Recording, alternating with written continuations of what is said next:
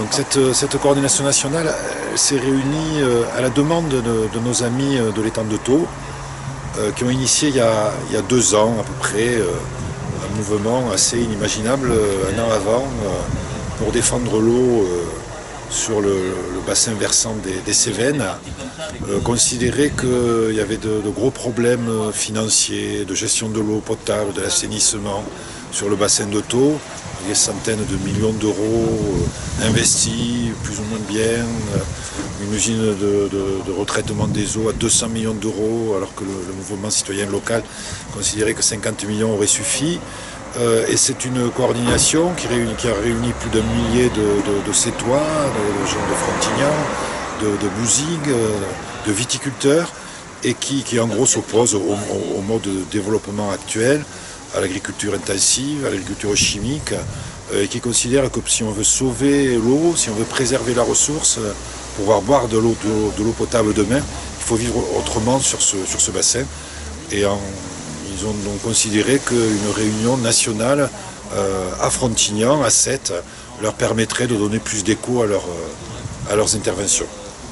Et dans 2 ans, l'ensemble des compétences de gestion de l'eau dans ce pays, localité par localité, vont être transférées aux agglomérations. Ça crée un grand climat d'inquiétude, évidemment dans la société civile, dans le monde associatif, mais aussi chez les élus, chez les petits élus ruraux, chez les grands élus métropolitains, des agglomérations comme celle de l'étang de Thau, qui se retrouvent devant des responsabilités considérables sans savoir comment les assumer. Donc la suite de cette coordination nationale, c'est de lancer un appel à l'ensemble de la société civile, à l'ensemble des élus, quel que soit leur bord politique, dès lors qu'ils expriment leurs exigences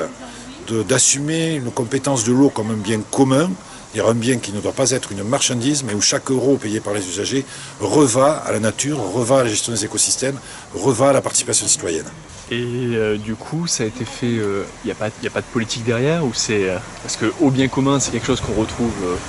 plutôt d'habitude à gauche de l'échiquier politique. Est-ce que c'est une démarche qui n'est pas politisée, ou c'est une démarche qui est ouverte mais politisée? Oui, c'est une des raisons qui fait que nos amis de l'étang de Thau nous ont appelés. Un des derniers exemples conséquents de retour en régie publique de l'eau s'est passé en Pays de Gex. Le Pays de Gex est au nord du lac Léman. C'est 21 communes de droite